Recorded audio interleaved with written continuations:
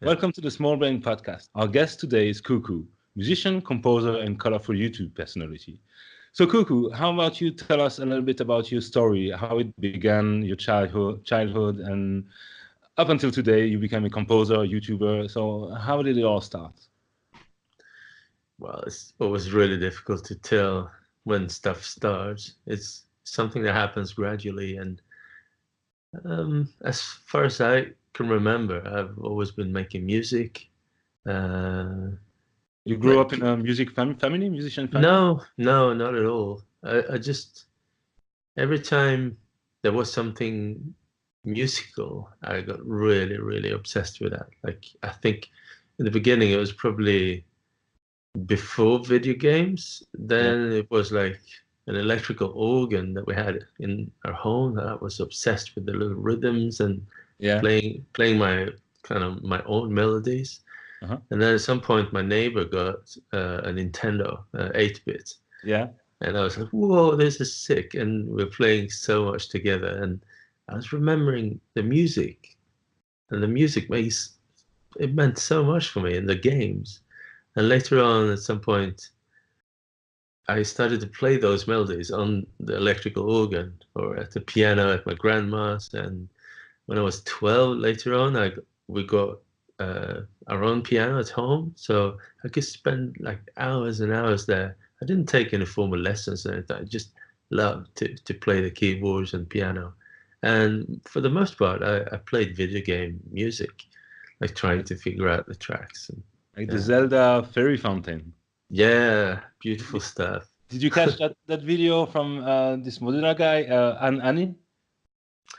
Was Zelda? No, I think I didn't catch that one. I think it's a recent one. Yeah, Actually, okay. I was amazed because what he does is amazing, and he made me start working on Debussy on the piano, Oh, nice. and Me too, actually. yeah, you do like Yeah, Claire de Lune. yeah. Fast forward to today, and I Yeah. think the music that I listen most to today is Debussy. It's Oh like yeah, the it's best. beautiful music. Yeah, gives It's me a tremendous amount of inspiration.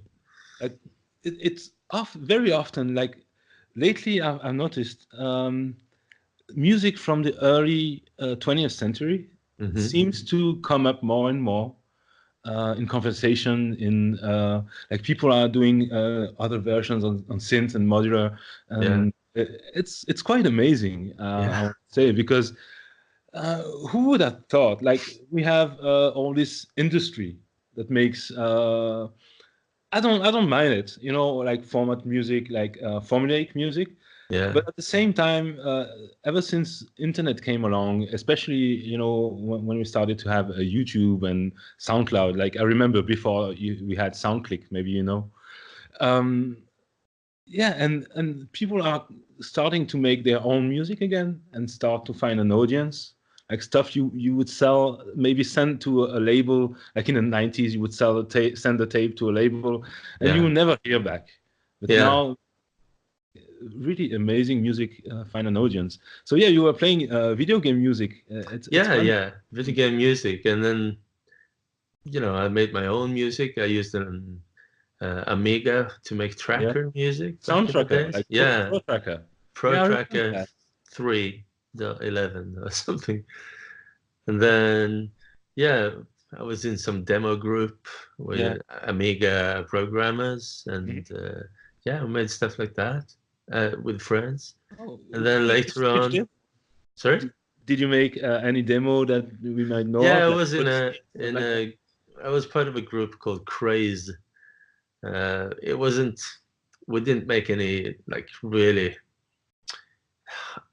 that massive stuff. We I think we made one sort of demo that got a lot of uh, not hype, but Yeah, a lot of people saw it. That was I can't remember the name of it, but we were called Craze, and it was yeah, sort of a slideshow with my illustrations. yeah. And I can't even remember if I made the music then. Probably just the pictures. Like, yeah, but when you think about it, like music from especially video games. Like I get that a lot. Like people say, "Oh, I make music like somewhat like video game," and music from the video game. Like now, it's the same as movie music. Basically, you have Yeah, yeah, I agree. Today it's become this epic kind of pieces, but back in the day, yeah, limited hardware. They had to be really structured and make perfect loops that you yeah. never got tired of, and it was like a really craft making this epic small And pieces. like especially like I remember, especially Nintendo. Like back then, you basically had Nintendo and Sega and Atari, and especially music from Nintendo. Like they made actual classics, like Yeah, the Super Mario music, yeah. Zelda music, Super and Mario is advanced. If you try to play that, it's actually quite advanced. yeah, I don't think I could play back in the days because I probably have a similar story.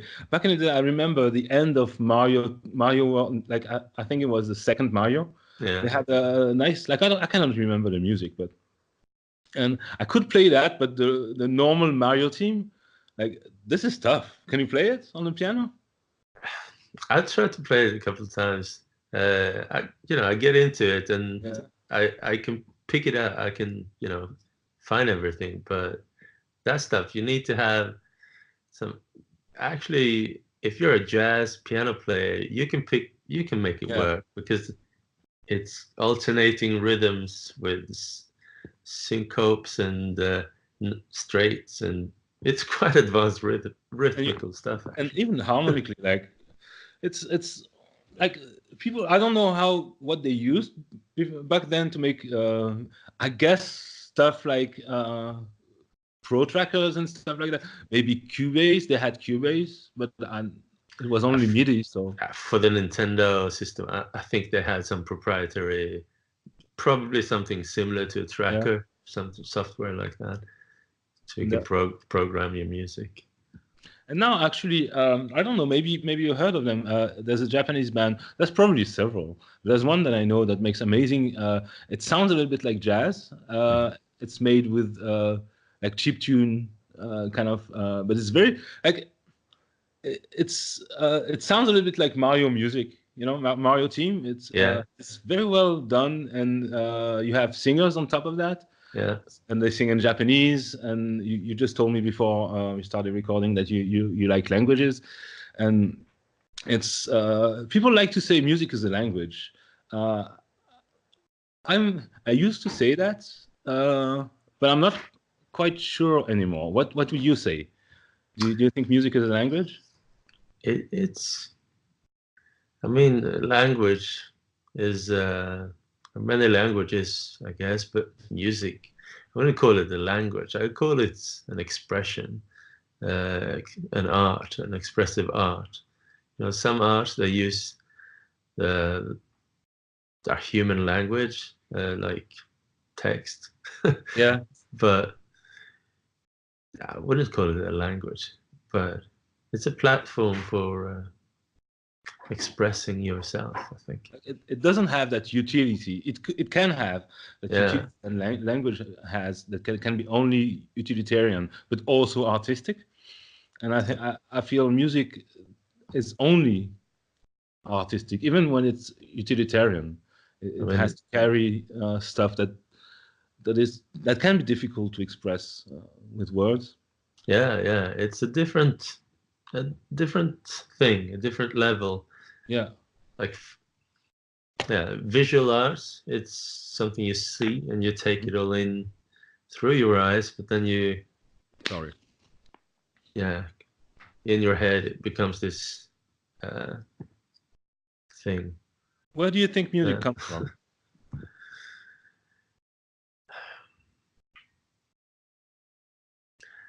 I'm not sure if it's unique to human, but it's very easy to assume that it's unique to human. But you hear birds, they're very musical, a lot of birds, like dolphins and whales. There's a lot of musical cues in nature. Maybe it's just embedded in us somehow. I remember I was watching this video. Like I would definitely recommend you if you haven't watched it. It's conductor Leonard Bernstein, Hmm. and he made a series of lectures at Harvard, and you can find them online. So it's a long watch. It's like 2 or 3 hours, one lecture, and you have six. But in that series, maybe I didn't understand. Like he explains the harmonic series. I don't know if you know about the harmonic series. Like it blew my mind. Like it's the way like when you hear C, you can also hear the C an octave above. You can hear a G. You can hear E, and all that. And it appears. I'm no expert. I'm looking into that. Maybe you can help me out. It does appear that it's like the harmonic series it would be a natural phenomenon. So, and the way we make music, the way we understand music, is very closely related to the harmonic series. Hmm. So, I, I don't know if I understand that right, but it seems like music kind of would be able to bridge the gap between what we can like scientifically explain and what we can't, like consciousness, you know? And I don't know, maybe I didn't get the thing right. Uh, do you have anything to add to that or correct maybe? There's so many types of music and so many kinds of cultures where music has come from, Yeah. and a lot of people try to challenge that too, to create new types of music. Yeah. And like if you start out with the natural harmonies, uh, then you come to a very clean, serene type of music. Hmm. But if you want to, challenge that, you need to take some, you cut it in some interesting ways, and then rhythm comes. Yeah. And yeah, there's a lot of stuff you can do. And Yeah, most electronic music today is, and also developing progressively throughout a musical performance. But then there's some, carefully composed music that just throw everything on its end at all yeah. times. Anything is possible. Yeah, when you listen, we were talking about Claire de Lune before. When you listen, and especially like when you look at the notes, and uh, it definitely like pushes the boundaries of what was there. Maybe not just right before that, but the century prior to that. Yeah. And now I feel we're very privileged to be able to live in that era right now, where I don't know how old you are, but we're probably about the same age. You probably were born in the 80s, maybe late 70s, and like we had hip hop, we had all that electronic music that we couldn't even imagine before. Like people who like you were like in the 70s 60s, if you wanted to make music, you could make music without learning, take a guitar, but you were very limited in what you could do and what instruments you could use, and it was extremely codified. But then like especially in the early 90s, late 80s, early 90s, you had people who had no idea how to make music, just got stuff that made some bleeps and bloops and say, oh, that sounds cool, and nobody ever heard that before. And Yeah. right now we have all these like genres and subgenres of electronic music, trap and hip hop and R&B and ambient, IDM, EDM, and even how like what did they do to house music? I don't know. House There was music. a guy who asked me if I wanted to make some house music with him, Yeah. and we started to send some sketches to one another, and then I had to just ask him, what exactly is house music? Is that, you know, when you talk about genres, um, I quickly get bored. Uh, Yeah, I get that. Genres is like just to commit to certain type of rule. A lot of people do that, and they live for that. But I don't care about genres. So if It's someone good. asks me like, do do you like yeah, this and that genre? No, I don't know. There's good and bad music, and I like good music. I like Yeah, genres. that's exactly the point, I think. And today more than ever, like, people are crossing the barriers, and I think all the separation between the genre, it kind of blurs, which is great. And now people start integrating everything into everything, and it makes just better music. It's like, we just take what we consider to be the best, and whatever we find the best music is, and It just needs to be true somehow. I mean, it's yeah, difficult to put your finger on, but sometimes you hear this music that's just grasping you, and you know that this is big. This is big art for me. yeah. Like the last couple of years, I've been listening to a British rapper or poet, and her name is Kate Tempest. And when Oh, I I first don't know. Can I let me just write Kate Kate Tempest. Tempest, All right. and when I first heard her album, I was just sucked into it. It was so good. And just the other day, she released the first single for her upcoming album, Yeah. and she's a poet, and it's amazing music behind her poems, and it's just she's brilliant, and I don't even know what genre it is. It's some sort of hip hop. The Yeah. last album was more like rapping, but now this single is more like, I don't know, freeform slam poets kind of, Yeah. and Well, it's fantastic because she has this um, yeah, I was gonna say dignity, but that's the wrong word. Yeah. Sometimes, once in a while, an artist like that comes along, and you just, wow, this is the biggest. but by the way, which artist would you consider to be like your favorite or your biggest influence in what you do? Or even which people in general? Yeah.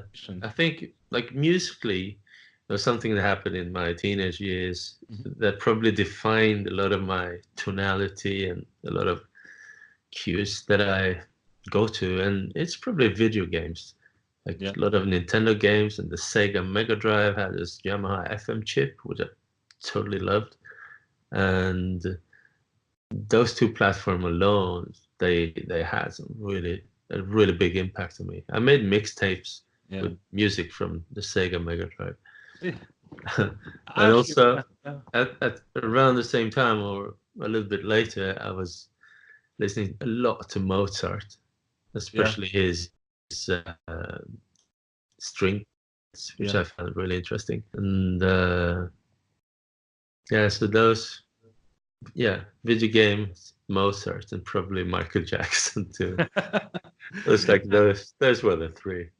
Like, it's like when I think about like video game music and the mixtapes. Yeah, I exactly, I can understand where you're coming from, because Yeah, we had the same, like, a friend of mine and I, we were making mixtapes and exchanging mixtapes, and Mozart.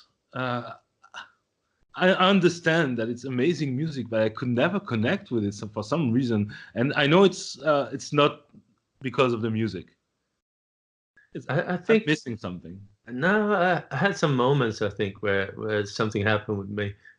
Uh, at some point, I got like a book with uh, music sheets, like sheet music for Mozart piano sonatas, Yeah. and I started to play some of them, and and that was really cool. But I think,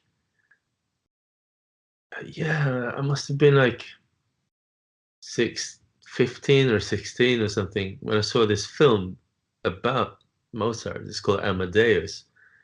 It's an American film, Yeah. and Mozart himself in that film, he's a, a bit crazy. He's really crazy, and I connected so much to that. A teenager and connecting with an idol somehow. I really connected with the artist that they portrayed there, and I started checking out the music he's made. I even went to listen to some operas.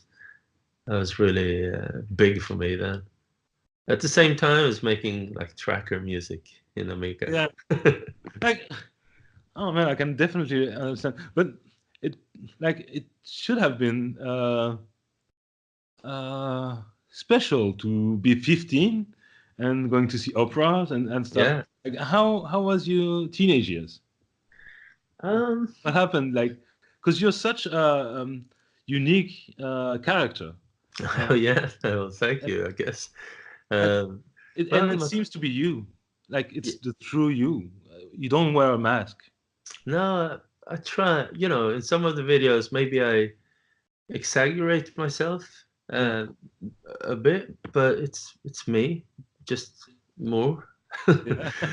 So I don't like wearing a mask. But my teenage years, yeah, I was always interested in art and expressions, and I I think I was kind of calm as a young kid. I was bursting with energy, but I didn't try out like crazy stuff. In the years when people start to try drinking, maybe some started smoking. I never did any of that. I have never been drunk in my whole life. I've never had a cigarette in my mouth. That's great. I just wasn't interested in it. I still hung out with my friends and they accepted me, but yeah, just went to these parties and I was dancing just like everyone else, but not with any stuff. Yeah. That's amazing because yeah, it's like right now, you have especially I think in France, especially I don't know the rest of Europe, but I'm guessing it's similar. Like, yeah, it's part of the culture right now. Yeah, But I'm not a drinker myself, so that's something I was never really interested in. But I do smoke weed daily. Um, it kind of helped me settle down a little bit, but I had some issues with it in the past. But it's like a huge part of who I am right now comes from some of the reflections I have had under the influence, and always amazed to see people like yourself who are able to naturally, like, I don't know, maybe it's the environment, maybe it's mental fortitude, and the way, maybe it was the way you were raised, and it can be many things, but to get to a point, because what appears to me, because yeah, you have this exaggeration when you do the YouTube videos, and it's amazing, like that's, I love that, man. I really love that, and but at the same time, it's you know the singer Björk, right? yeah, yeah, When she, you know, she also performs, but it may not be the same look as when she get out of bed and phone to her friend, but when she wears those masks and amazing costumes, it's still her. So it seems to me like when I watch your videos, it's still you, and it's the genuine you, and very enthusiastic, and you seem to know yourself really well, and to be able to accept yourself. And uh, I'm wondering, like, were you always like that, or was it a process? Because one thing came to my mind, and like, how do you get there? Like, if you told me, oh, I had some mushrooms, and yeah. all right, how do you get there? No, I mean, Au naturel. yeah, it's just natural, but um, it's I don't know, it's been growing, especially in front of people, to be yourself and not to freak out, to be like nervous about what do people think, or am I doing this right or anything? I mean, the first time you hold you talk in front of your class or something, of course you're nervous. First time you play in front of people, nervous as yeah, you know. But if you're really sure about yourself, then perhaps you can still be a little bit nervous and tense about, you want to do a good thing in front of a lot of people. But if you believe in yourself, it's much easier, yeah.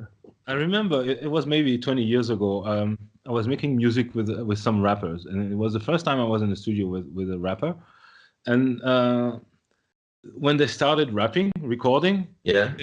like I wasn't expecting that. I wasn't not expecting that, but I don't know if you saw rappers in the studio already. You probably have, and they're like, No, actually not.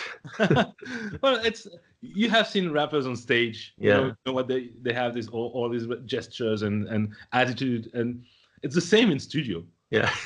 The voice doesn't even sound correctly if they don't do that. Yeah. And it reminds me the first time or maybe one of the first time I got on stage, I was petrified.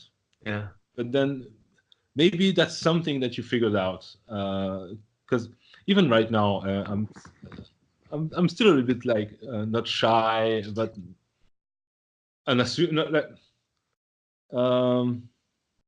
yeah, I don't know. Anyway, one thing happened a couple of weeks ago. I went to Mogfest and performed there, and I made this new setup that I wanted to play there for the first time. And usually, when I perform for the first time a whole new set, I get really nervous. Sometimes I get nervous to the point where it kind of hurts in my joints. It's like but at that point, I was not nervous at all. No nervousness. I didn't feel any anxiety or anything. And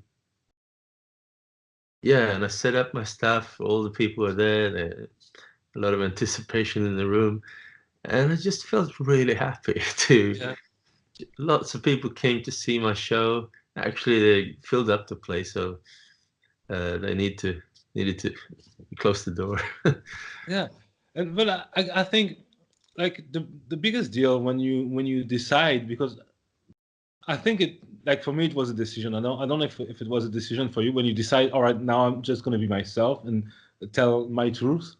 And the biggest problem that you have is that many people, well, as human beings, we tend to search for validation. Yeah. When we are ourselves, it kind of gets scary to other people, and so we don't get the validation, and people would like us to conform a little bit more, and like you've probably heard like when are you going to get a real job and stuff like that. But the truth is, like, when you look at people who are greatly validated by humanity as a whole, they are not people who wear masks. When you talk about people who really have a great impact on the world, and when I look at you, and like what you do is not only reviewing musical gear, it's not only composing music, it's not only performing live, is like, to me, what it tells me when I look at your videos, when I listen to your music, what it tells me is that it's okay to be myself. And I think it's a great message, especially for young teenagers, young adults who, like, the world with internet is crazy. So yeah, it's like what you are doing, I think it's very important. It goes much beyond the appearances, and I would really want to thank you for doing that. It cannot be easy. Like, I know it's a lot of work. Thank you. And it's a lot of work, and you're doing it on a regular basis. And what I wanted to come to with that is maybe at Mogfest, you were at that point. Right now, you had to go through maybe some adversity, but at this point right now, Uh, I would say maybe you would disagree, but I would say you're quite successful as an individual, as a musician, um, and you're still on the way up also. But you Yeah. already like when I'm sure when you go to Moogfest and when you go to Super Booth, people come up to you and say, "Oh man, I love your videos, I love your stuff, I love your music." So maybe it gets does it get easier? Um, but when it comes to the art Yeah, and the sort of other videos on YouTube, is they're always related. It's just as much me when I make music as when I make a YouTube video about an octatrack. mm, But when I make when I'm making new music and I'm getting ready for performing, then it's I want to satisfy my needs. I want to make this the best that I could do, regardless of what anyone else thinks. yeah. And that I don't know if that part is getting easier or more difficult. It's always a struggle. The art, it's always you need to go through some pain and you make some really bad calls and you need to rise up again and make it work. Yeah. You And cannot that be satisfied with yourself. Like, I mean, say, oh, now I'm successful. People know my music, so whatever I'm gonna do, like it happens. Like it seems like it happens to a lot of artists who want to get a little bit of success. You listen to like the fifth or sixth album, and you cannot hear the hunger again yeah. anymore. I And want to mention a Swedish band.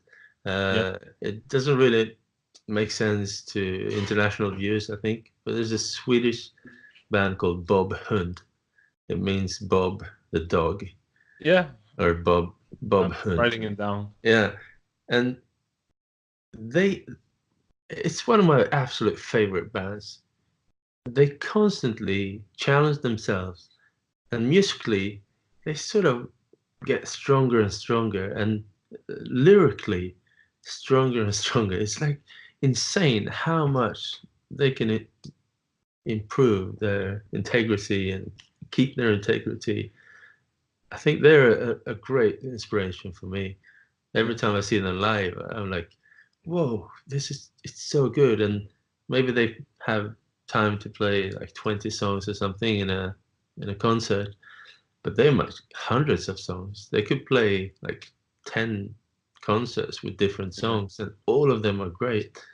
It's I'm gonna check them out. yeah, yeah. Well, it's kind of I don't know, Swedish punk rock with some synth elements and just melodically uh, amazing tunes, very catchy tunes, and lyrically, really. It's Swedish? Yeah, it's in Swedish. Yeah. It's unfortunately for everyone else, but I think you could still enjoy it a bit. Yeah, I mean, like, uh, like I'm in France, so most people uh, listen to American music, and most people don't understand the lyrics. So, Yeah, like, if it has, a voice, it sounds good. Like, yeah, it was like I like when there's good lyrics, but I don't really mind if there's, really bad lyrics. yeah, yeah. But I that would- that band is really special to me because yeah. the lyrics really get to me. Usually, I don't care about lyrics that much. It doesn't really reach me all the time. But with You that, should make a that cover in English. yeah, I should. A little bit in your way, your interpretation. But it Yeah. seems to me like you have a special connection with live music. Like you tell me about performing, you tell me about going to live. Like yeah, Yeah, here in Norway, uh, when I moved here, like, what is it, 12 years ago or something, or more? Yeah, 13, 2005, I moved here. yeah, And um, I was introduced to the contemporary jazz people here in Norway, like young contemporary jazz musicians. And there's a lot of collaborations, a lot of experiments, and traditional jazz mixed with really like free jazz elements in contemporary jazz. It's been really interesting. I think the live aspect of what we call jazz here Yeah. is really interesting, and that is something I've been experiencing a lot actually. What do you call jazz there over there? They call it jazz, but if you go to America and say, "Well, this is jazz," they go like, "No, that's not jazz. It's contemporary art music or something else." It's like the very complicated, a little bit dissonant stuff. Yeah, Oh, sometimes. But it's the same thing there. I don't really care about the genre.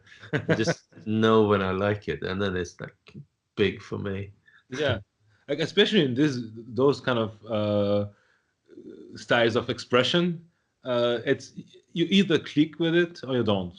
Yeah, It's not really about the harmony or melody. It's about the like the amount of soul that you have in yeah, that. And well, I guess yeah, I'm living right next to Germany, and German people like Germans still to really be into that kind of stuff also. Like I really like the all the more melodic and harmonious kind of stuff. It's my preference. Even though I can definitely appreciate jazz stuff and stuff that's a little bit more dissonant and with a little bit more tension, but it's like more tension in the way of Mahler, mm, and yeah, and Debussy and Ravel and people like that. So I think that hits the sweet spot for me. And beyond that, I can still appreciate, but it becomes harder. And yeah, so how do you come to synth in particular? Like this whole journey up until the point where you decide, oh, I'm going to do a YouTube channel and see where it goes. How do you get there? I think that was something that was gradually growing for me. I I've been an animator for most of my professional life Yeah, and made animated films and both as an animator, but also like a technical animation supervisor and animation director. And I put out some stuff on YouTube, like some music videos that I made for other bands. And uh, and then when I started my own kind of musical project, I thought that, yeah, okay, I'll put some of my videos out there as well. And uh, and then I just put some more. I made some videos with a Tenorion from Yamaha, which yeah, I thought was really fun. And then there was this moment where the OP1 came along from Teenage Engineering, and that meant a lot to me. I found so much joy in that. Yeah, in the OP1. Made some videos with that, and I got so much positive response back. And I thought, hey, that was nice. A lot of people really seem to connect with this stuff, and yeah, I just kept doing that once in a while. yeah. I think it was the OP1. Like I told you before, it was the Digitag. But I think it was actually the OP1 video. But I never like I don't. I have to try one Yeah, because I never really like. It seems expensive and yeah, extremely limited, and I cannot seem to be able to justify getting one. But no, everybody who has one says "Oh, it's amazing. yeah. But why is it? Why do you think it's amazing? Why do you like it so much? They took some extra care when it comes to the design of the whole thing, Yeah, how you should interact, how you can interact with it, how it's so snappy. It's just one place and everything is like a fingertip away. And you can quickly lay out like a really groovy beat. You can record some vocals on it. You can try some synth engines. You can create some bubbly effects on your voice. yeah. It's I think that'd this be cool. fun little platform.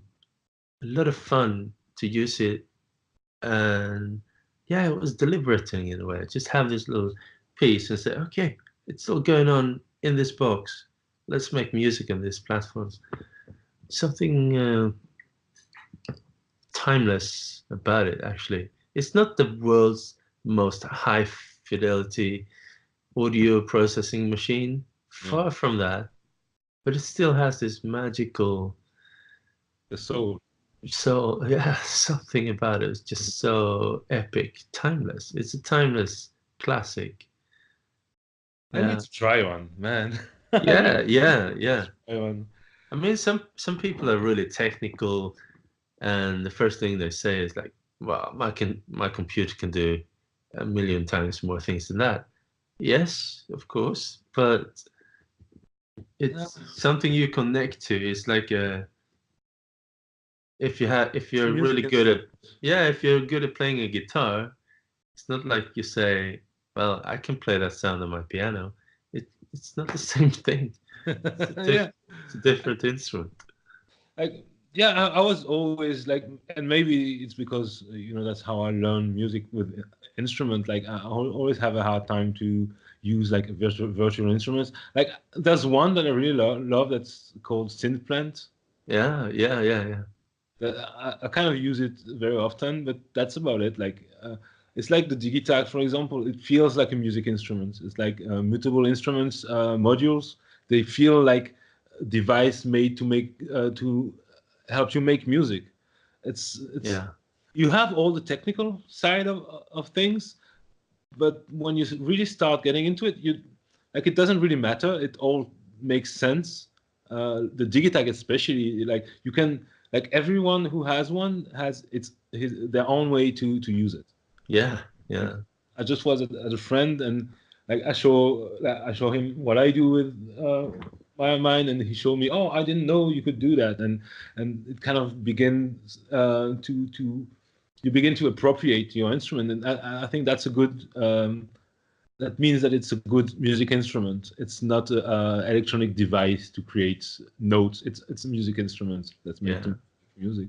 And did you were you ever of that opinion that electronic instruments were not real instruments?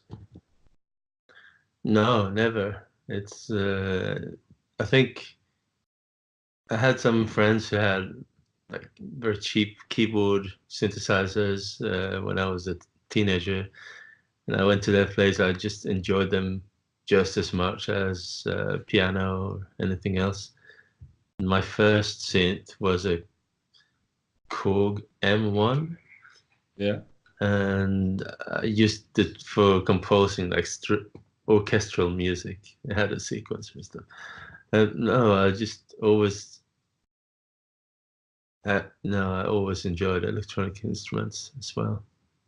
Ultimately, it's about the music, I think. Yeah, yeah.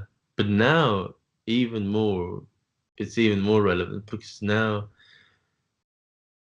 the electronic music instruments today, they're pretty far out. A lot of them can be super expressive. You can compose stuff that you can modulate into Yeah. other things, and then modular synthesizers today, that's a whole. Mind. They're taking it to a different level. It's really Yeah. blooming. What I like with modular synth is basically you build your own instrument. Yeah, and And also I really appreciate that you don't, at least for me, when you kind of ditch the timeline, when you don't think about a yeah, timeline and don't think too much about structure, then modular synthesis could be so organic and yeah, interesting. yeah, I came into it thinking like an electron box, and then it becomes very limiting. But yeah. it's when you ditch that, this thinking, it becomes so interesting. Yeah, it's just I recorded a jam a couple of days ago. It was just something going on with the modular, Yeah, and then just sat down at the piano and just played. I didn't care about which bar and where was the one. It was just playing some music, yeah, and I think that's one. Like I'm 40. That's one of the very first times that I just relax and I don't care about the structure and And because I always had like it's been a few years I had some modules, but I really got into modular a few months ago. I really decided, all right, I want to dive in, and it really like I've been doing music my whole life, but this seemed like it's very fresh right now, but it seems like it's changing everything for me as well. Like the approach to make music, like you give up. It's not like you give up. It's like you surrender some of your control. Yeah. Like you just create a context, and things happen within that context, and then you change the context a little bit, and other things happen. Maybe unexpected things happen, and they take you in this.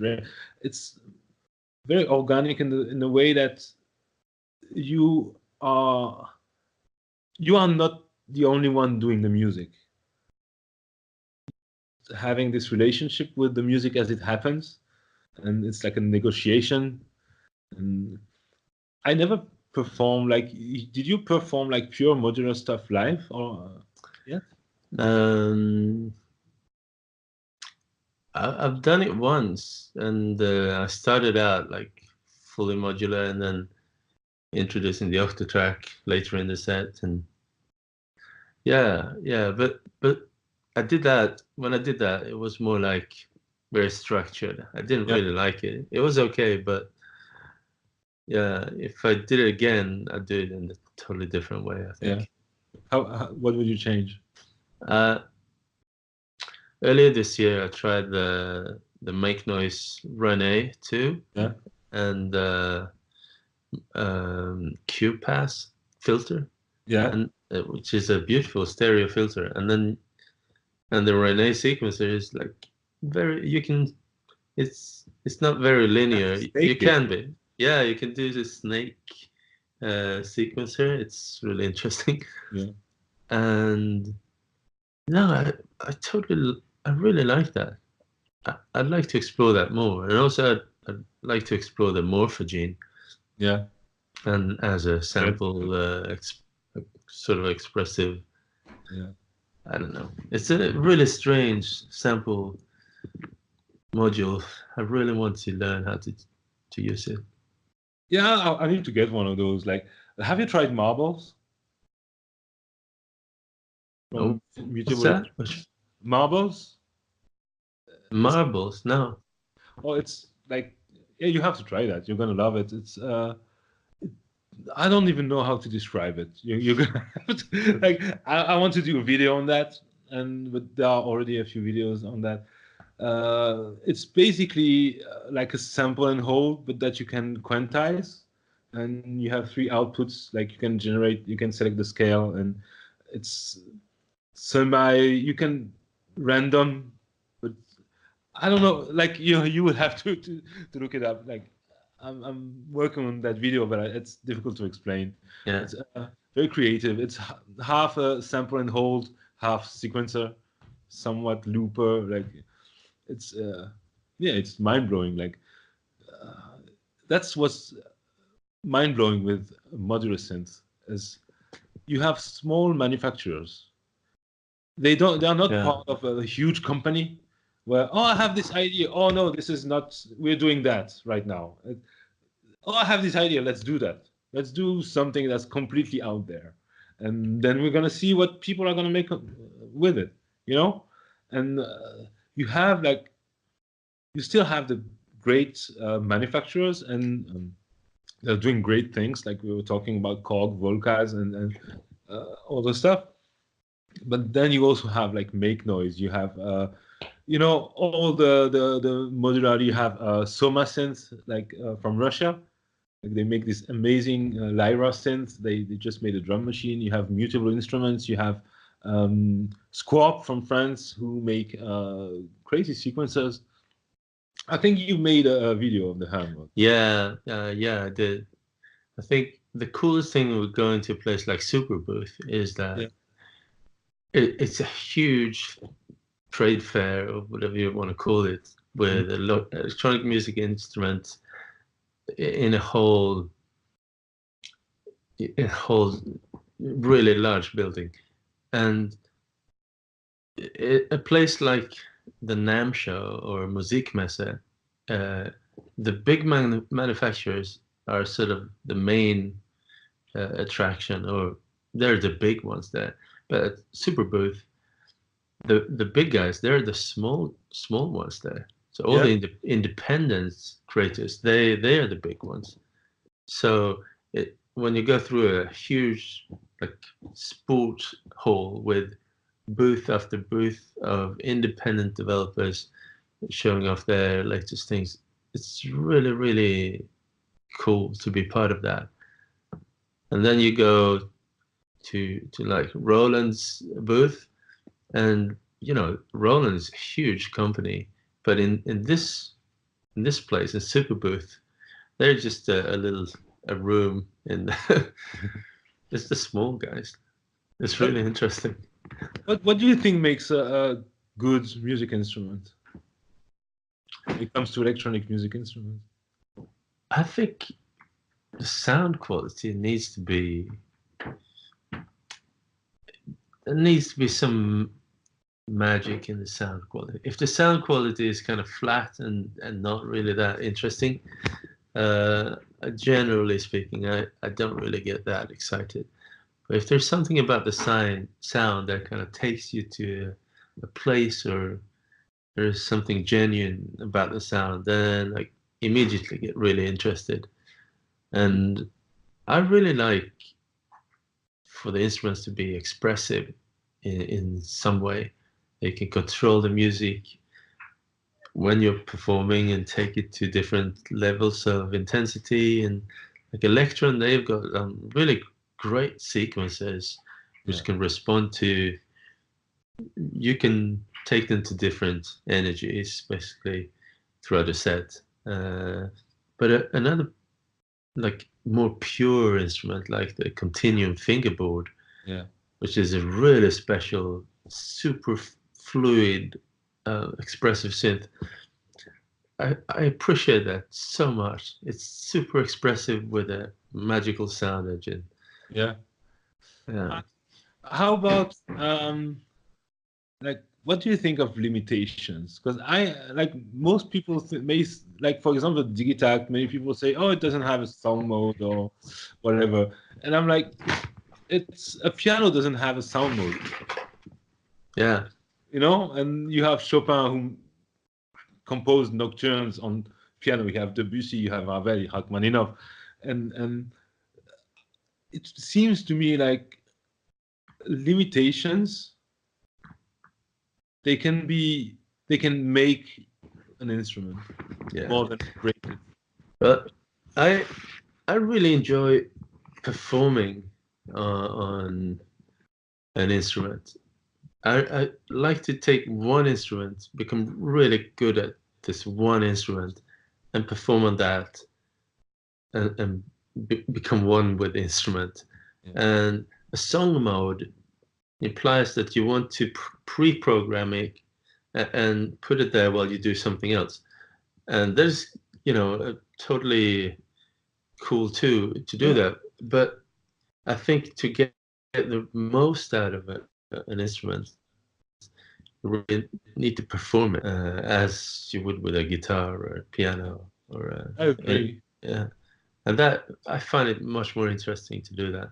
But I also agree that there should be a song mode on, on the guitar.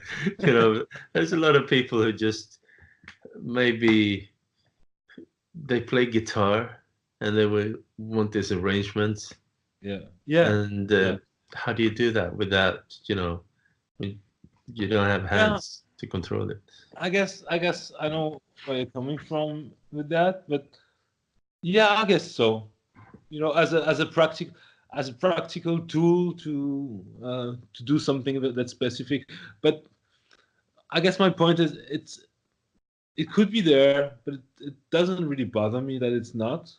And Yeah, me it's neither. fine if it bothers someone like some listener. If it bothers you and everyone should have their song mode, but it doesn't. The fact that it doesn't have it doesn't make it a lesser instrument. It's No, the point of the instrument to have a song mode. If it had one, all right, fine. But I don't feel like it. Like when I got it, like it's been a few. Like I got it. It maybe got out for a few months, and I got it they didn't have overbridge. Like I'm still not using it, overbridge. And like the day I got it, I was like, I remember I watched your video, I watched some other video, and I was, oh, it still seems complicated. I'm just gonna press some button and see how it sounds. And like music comes out of this thing instantly, like with the parameters logs and stuff, but it feels natural. Yeah. It doesn't feel like you're diving into something, like trying to get into a menu with a parameter. It just feels like you're making music. Yeah. And I think that's what makes a great music instrument. That's also like mutable instruments modules. Um, I wouldn't say like synth, like brands like Moog, for example. They, all right, they may have less features for the per price than some other synths, but once you turn one on and you start playing and you hear that filter, and it has this meat to it. It's not just about the sound; it's also about how the instrument feels, under your fingers, and it just writes. It invites you to make music, and so yeah, I guess what would be. I don't know if I should ask you this question. I don't want to get you in trouble. Do you have like what would be your very favorite, like your favorite brand manufacturer, and why? Yeah. Well, I'm an independent, so I'm not, I've never done a commissioned video for any brand, so no trouble at all. It never looked like that. So. No, but yeah, I like a lot of, I appreciate Electron. I use a lot of their stuff, and they have great customer service and always striving for high quality sound, which I appreciate. And the sequencer. I think it's the sequencer of Electron that really struck home with me when I started using the sequencer. I was like, yes, this is a lot of fun. But is it a favorite? Do you even have a favorite? I think it changes from day to day. Yeah. Like Teenage Engineering has a really, if you know them, that it's such a cool company with a collection of really pleasant people with a lot of artful soul and thoughts. And the lead designer there, or the CEO of the company, he is an amazing person to talk to. Lots of intelligent people there with human values that I vibe with. We should have them on. Yeah, lovely bunch. But whenever you meet people represented companies that create synthesizers and electronic music instruments, they always seem to be like genuinely interested in what they're doing. It's not like they just go to work and do their work. Yeah. It's this genuine love for creating, like a passion. And anyone with a passion is really cool to hang out with, I think. It's funny how it shows in their products. Yeah. It's because it would be easy to say, oh, it's just a machine. It's just something that someone thought of. But you have that soul that kind of transpires into the instrument. Because sometimes I feel a little bit guilty talking about gear. Because like, oh, it's about the music, and of course it's about the music. But still, like, it feels when you're playing, like for the Digitact, for example, it's the same. Like when I'm using it, it's the same as if I'm listening to music from someone. It feels like they gave me a little bit of themselves, and that kind of transpires within the machine. And we had this conversation with Christine Payne, which worked on an AI that's able to compose music. And we had this little moment when does your personality transpires into the AI when you program it. So, what do you think about AI composing music, by the way? No, it's interesting. It's interesting. I It think fi- making so-called generative music, they obviously put a lot of thought into that. It's not like it's just tells the machines to make music. No, they lay out the rules, they program the boundaries, they tell the system you can do this and this and this, and then set it out there to play for us. But with AI, yeah, it's a continuation of that. Yeah, more evolved. But yeah, well, I never thought about it this way, but it just makes sense. Generative music, like on the modular, you just set up the parameters. A long time ago, I read somewhere about an experiment of some AI chips that had the right to reprogram themselves. Huh. So they could rewrite their own firmware, and as an experiment, and and I don't remember exactly what it was or what it could do, if it was like just a software or if it actually had physical abilities. But it started rewriting itself in a way that the programmer could not have foreseen at all. It didn't make any sense to them, to the programmers. I think I've heard that story. Yeah, I'm not even sure if it's true, but it's a good story that it could absolutely be true. Yeah, That there is a sense. different sort of logics that could appear in the AI that we cannot really vibe with. Like, I think our thoughts are mostly conditioned by our biology. Yeah. And AI, they don't need to eat. They don't need to go to the toilet and have sex. They need maybe information, maybe. So it would make sense that they would evolve different than we do. And Yeah. like, it's kind of a buzzword nowadays. AI. People Yeah. talking about AI and they are becoming conscious and stuff like that. I don't know. I'm no scientist. It seems interesting. You've seen some movies and series where stuff goes wrong.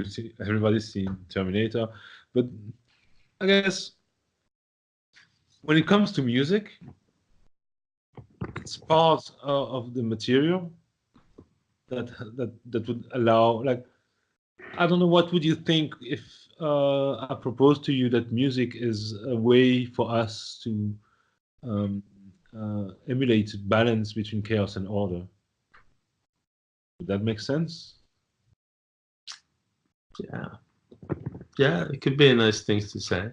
Like, for example, order would be the gear that you use and the music theory that you use and the notes that you play and the ability and tools that you use to make music. And chaos would be the inspiration, the muse. So, and music would be a game of trying to find that point or that wave in the middle where it just starts becoming meaningful. Like, that moment when you create music, and sometimes you just sit at your stuff and try pressing the button, and it just doesn't come. But then you have that one moment, you feel something. Oh, I got this. Yeah. And I was performing the set that I debuted at Mogfest. I performed at Superbooth as well. Do you have a video of that set online?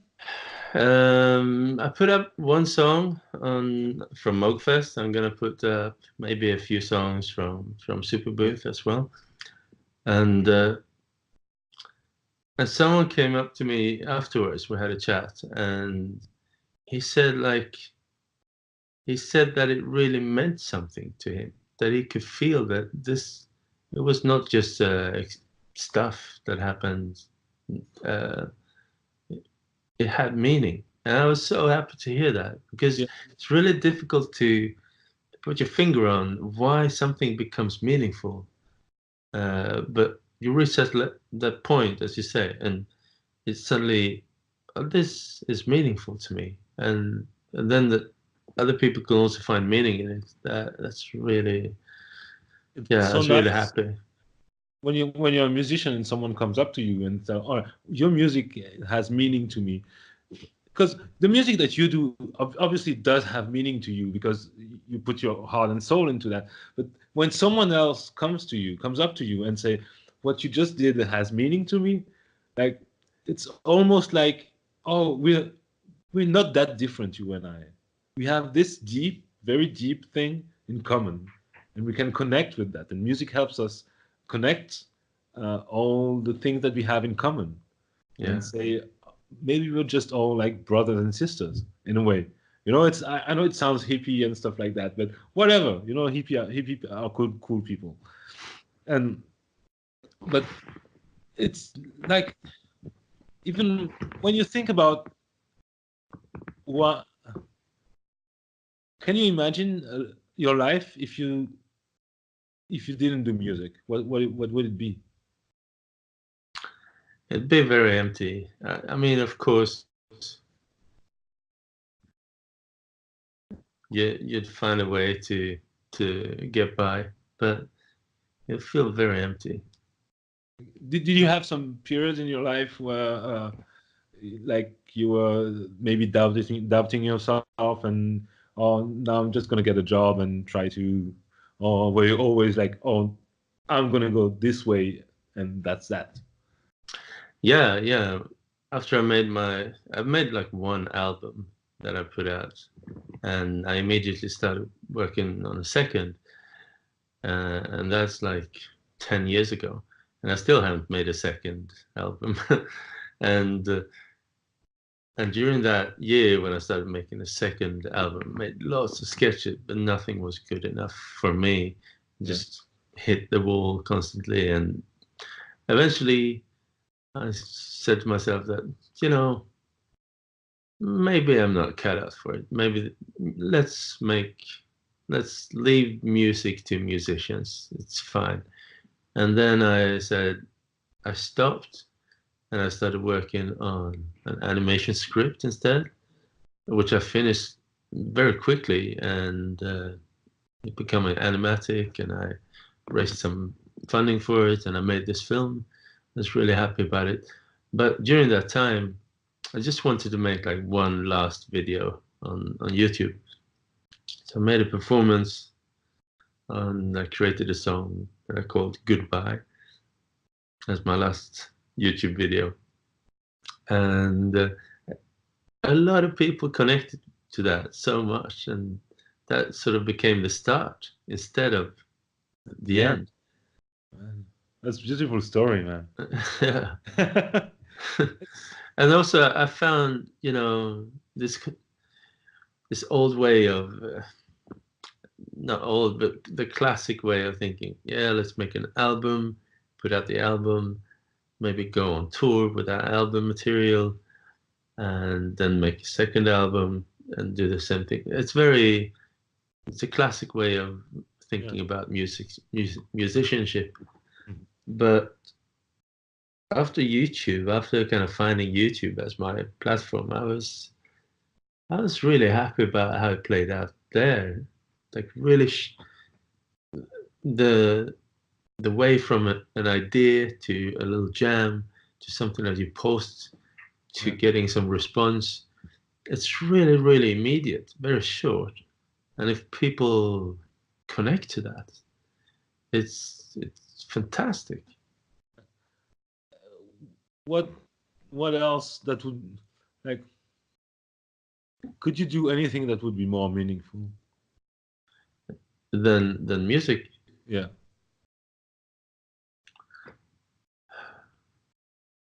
I've been thinking a lot about making feature length animation, like feature films with animated feature films. But it has to have music. Yeah. I can't make a film with no music. Well, I could, but I don't want to. It would be some sort like it's interesting. I don't know if you ever saw films without music. I think some of Takeshi Kitano. Uh, Yeah, I think some of his film, like the earlier work, don't have music, and it's yeah, still like the lack of music. Like I always like to say, like silence is something that you write on a sheet on a score. yeah. So it But it's there's one. Yeah, I've seen some films with no music, and in live action, it depends on what you do with yeah. the soundtrack, but it could be really powerful. But I really enjoy the Yeah, music. Yeah, it'd like it's be very easier. sad to let it go completely. Yeah, because I think what other ways can you find to like? I guess it can be said about art in general, but I'm always saying I'm biased towards music. I cannot think about anything else uh, I could do. Like parenting, that's one thing that's just as meaningful. But I don't know. Maybe other people like at some point you have to make that decision. This is where I'm gonna go, and for better and worse, this is the hill I'm gonna die on.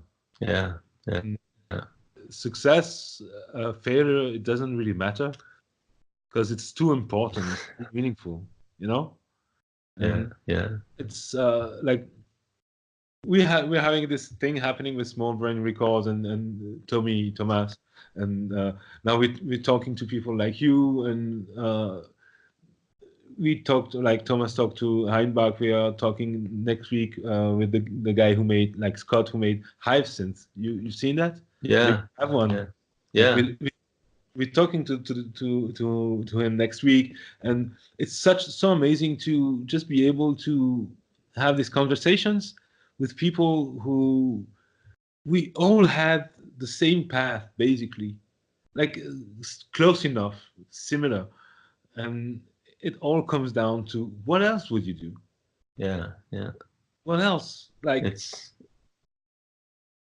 it's what I know how to do. and that's one thing I just and yeah, it's over an hour, but that's one thing I wanted to talk to you about, and it's like how do you feel if at all YouTube may come in the way of you making music? Sorry, if YouTube would. If YouTube does comes in the way of you making music, like an album or Yeah, yeah, yeah. Well, it's really YouTube has been it's become my platform, sort of. It's where I create a lot of content, and I really enjoy making tutorials and making videos about the process of making electronic music. And but it takes a lot of time. Uh, it does take a lot of time. So if I really would like to make a whole new album, I need to devote like a lot of time to that. So I think I need to be much more structured than I'm typically. Typically, I'm not very structured in yeah, my life actually, but when making an album, you need to be structured enough to finish the album before you get tired of the album. yeah, If you stretch it out too long, you're going to listen to that first song and you're going to be, no, that's like a year ago. I don't like it anymore. It doesn't feel relevant. yeah. So, but now I'm creating this live set and I performed it a couple of times. And yeah, I think that material could become a really interesting record. Um, Maybe I should like take some time to just finish that into a level where it could become its own album. I think you should because Yeah, even the small like that's one thing that sets you apart from many other people who do reviews and stuff like that. Is it's always very musical and beautiful. even when you do just one, it's not like just random sequence. Oh, this is a filter and whatnot. It's always Thanks. so musical, and well, like I would love to hear a new album from you, and I think many other people would love it too. Yeah, me too. Yeah. So yeah, it's definitely a process. I And think the most difficult part is it's one thing to get music in a state where you can perform it, because on a stage with people, it's like it's you're interacting. Mhm. But an album, it's not really an interacting It's really experience. You press play, and I think I was maybe I strive too hard to make it perfect, yeah. and I make it more difficult for myself by doing that. And maybe I should kind of accept the live factor as a really interesting element, even in the album, Yeah. and keep that there. Like you could probably do a live recording of some sort, and then decide whether or not you want to maybe expand on one line, one track, Yeah, one synth, double it, and stuff like that. Then you get into smaller details. But if you start with something that's live, you can probably multi-track it, and it's yeah. I'd love to yeah, listen to your next album, man. So yeah, so yeah, what do you think? We should wrap it up. It was an yeah, amazing. yeah. It's been nice. It's been nice Yeah, talking to you. we should thank you. It was amazing talking to you, and Yeah. it was everything that I expected and then some. Well, thanks. So yeah, just to close off, and yeah, this was Small Brain Podcast episode 11 for the first time in video, and it was fine, the video, and Cuckoo, it was Cuckoo. So thank you for taking time and doing this with us, and for all the viewers and listeners.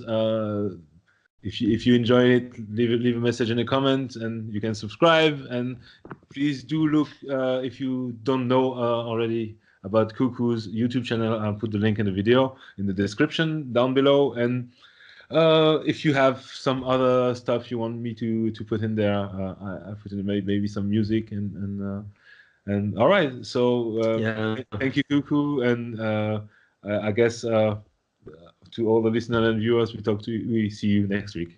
Bye. yeah. Thank you. Uh, Bye. Thank you.